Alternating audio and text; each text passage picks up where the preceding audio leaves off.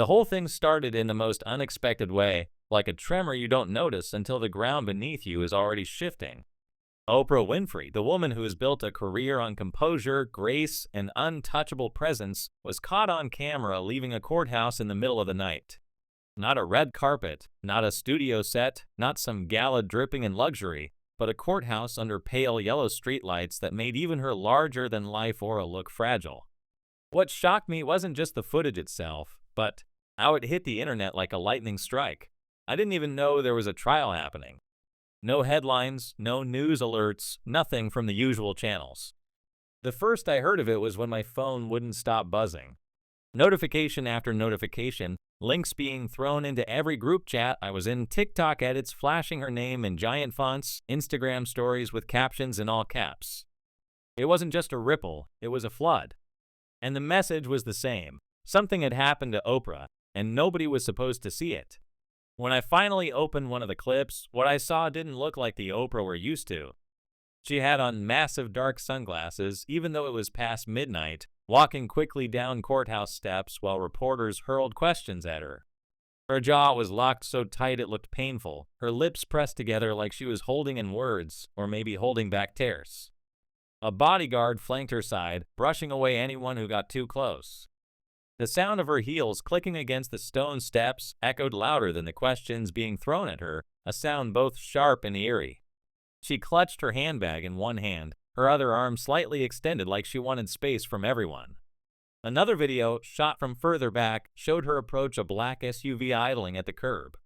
She paused for a split second before climbing inside.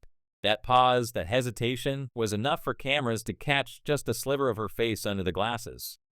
Her skin glistened, either with sweat or tears, and the internet wasted no time in deciding which one it was. Within hours, two factions of commenters had formed. Some swore she had finally broken, that the pressure of her carefully controlled image had cracked. Others dismissed it as performance, insisting she was staging the moment for sympathy. Nobody had proof either way, but both sides argued like their lives depended on it. What threw fuel on the fire was a muffled audio clip that TMZ dropped not long after. It wasn't clear at first. You could hear reporters, car doors slamming, the low hum of engines, but then, right at the edge of the noise, Shannon Sharpe's voice cut through. The words were barely audible, but if you listened closely and replayed it a few times, you could catch him saying, "They weren't ready for that." Then the recording ended. No context, no follow-up, just that cryptic line. That was all it took. By morning, the clip was everywhere. It was stitched into TikToks, looped endlessly on Twitter threads, and dissected on YouTube live streams where hosts leaned close to the mic and whispered theories like they were spilling state secrets. Scrolling through X that night felt like stepping into chaos. Everyone had a theory, and every theory contradicted the last. Reddit threads popped up claiming pieces of sealed testimony were being passed around in private groups.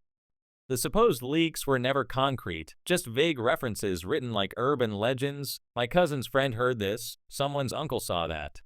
Still, the way people wrote about it made it sound like whatever Shannon had said in that courtroom wasn't just uncomfortable, it was dangerous. One conspiracy channel I sometimes watch when insomnia hits was already broadcasting a full episode. The host's forehead was shiny with sweat as he spun a tangled web of connections, insisting this trial tied back to scandals Oprah allegedly buried in the 1990s. He waved around grainy black and white photos, drawing circles around background figures, like some kind of detective unraveling a crime scene. His audience, judging by the comments flying across the screen, ate up every word. Some mocked him, but plenty of others typed furious agreements, claiming this was proof they'd been right all along. At the same time, the internet's other favorite pastime kicked in: jokes. Memes flooded feeds within hours. Old screenshots of Oprah pointing at audience members on her talk show were reworked with captions like, "You get a lawyer, you get a lawyer." Photoshop artists cooked up fake courtroom scenes with her handing out subpoenas like prizes. The memes were ruthless, but even they carried attention. People weren't just laughing at her, they were circling her, watching closely, waiting for a bigger crack in her famously perfect facade. What really sent a chill through me, though, wasn't a video or a meme, but an image that drifted into my feed later that night. It was a drawing, the kind of rough sketch you usually see in courtroom reports when cameras aren't allowed inside. Only this wasn't credited to any news outlet. It floated on Twitter, blurry from being reposted 100 times. The sketch showed Oprah at the witness stand, posture stiff, head slightly bowed. But the artist hadn't focused on her face. They had zeroed in on her hands. She was gripping the edge of the wooden stand so tightly that her knuckles looked bleached, her nails digging into the wood hard enough to bend. The shadows on her wrist, the etched lines in the grain of the stand, everything about it felt disturbingly real. The caption under it was short and haunting, "If you know, you know." I sat back, staring at my screen, realizing this wasn't just celebrity drama anymore. This was something deeper, something deliberately hidden. That single sketch felt heavier than all the gossip blogs combined. It raised the question everyone was asking but nobody could answer. What did Shannon Sharpe say in court that could make Oprah Winfrey, the most composed woman in modern media, grip a witness stand like she was hanging on for dear life? And maybe more importantly, why were the official channels staying so quiet about it? The silence made the whole thing worse. News apps offered nothing. No live streams, no public records, no press conferences. The courthouse had sealed everything tight. All we were left with were scraps, blurry videos, hushed audio, hand-drawn sketches, and the internet's frantic attempt to fill in the blanks. The lack of answers only fed the obsession. I found myself refreshing feeds every hour, not even sure what I was hoping to see, but knowing I wouldn't sleep without something new. As people dug deeper, the focus shifted to Shannon Sharpe himself. To most casual viewers, he's just that animated guy on TV or online yelling about sports, sipping cognac, throwing out one-liners that turn into memes. But his real story is longer, more complicated. Before the jokes and viral clips, he was a football legend, 3 Super Bowl rings, a Hall of Fame induction, a career that left his name cemented in sports history. After he retired, instead of fading into obscurity like so many athletes do, he found a second act in commentary. His charisma, his timing, his refusal to bite his tongue, it made him bigger than the shows he appeared on. But his podcast was where people began to notice a different side of him.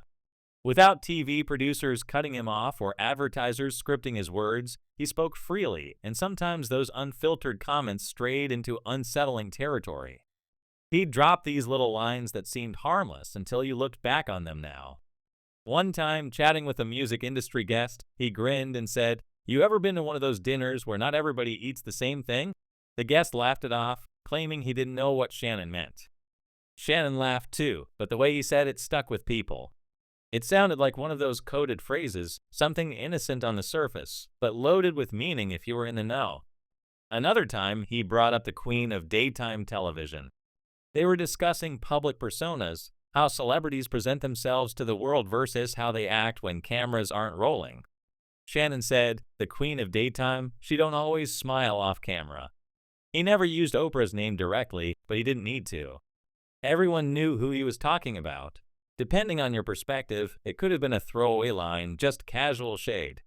But in hindsight, it reads like foreshadowing, like he was quietly chipping at her image long before this trial. Blogs picked up those clips at the time, posting them alongside GIFs and headlines designed for laughs. But as more of those comments piled up, the tone shifted. People began to wonder if Shannon knew something others didn't. Was he hinting at secrets? Did he have inside access to something hidden?